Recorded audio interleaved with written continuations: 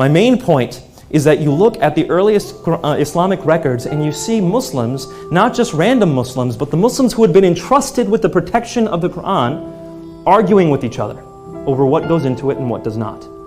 Where do we start seeing this? Well, we start seeing it in Sahih al-Bukhari, Volume 6, Book 61. The entire book is a collection of how the Quran came together. In it, you see phrases like, well, I'll give you a key one first.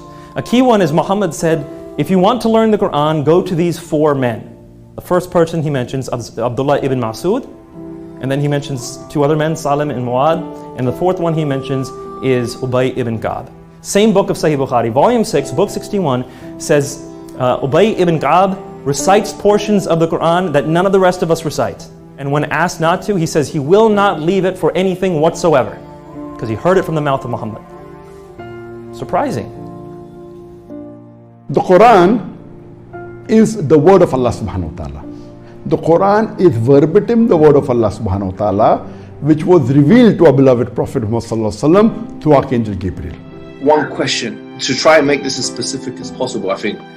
If I were to give you a blank mushaf, yeah, and tell you to write what is munazzal verbatim from Allah into that mushaf with no human interference, would you write something which corresponds? It's not an easy answer. It's not an easy yes or no. It is enough for the Muslim to believe that I think this should be an easy yes or no, though. Yes, Khadi. I have to.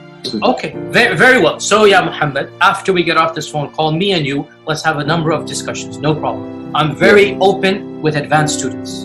But these issues should not... Look, it is Kalamullah, what is going to be written. It is Kalamullah. It is what would you write?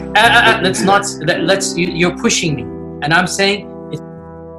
This is in Sahih al-Muslim, where it says that the reciters of Basra used to recite large sections of the Quran, but they forgot sections, out of which they remembered only this part. And they would recite portions out of large sections they had forgotten. Those are not found in the Quran today. Now, some people argue those have been abrogated. It doesn't work. For those of you who know the law of abrogation, this does not fit one of the 3 types of abrogation. It doesn't work. It's simply lost. So you have the early Muslims arguing over these things. You have records saying portions are lost. You cannot, once again, objectively conclude that the Quran has been perfectly preserved. Again, you can defend it. As a defensive position, sure, defend it all you want. And I'm not up here arguing that the theology has been changed. I'm not arguing that. I think the early Muslims did an excellent job of preserving their theology. I'm just talking about the verbatim preservation of the Quran. There's no good reason to believe that once you look at the earliest sources, unless you're coming at it from a defensive angle.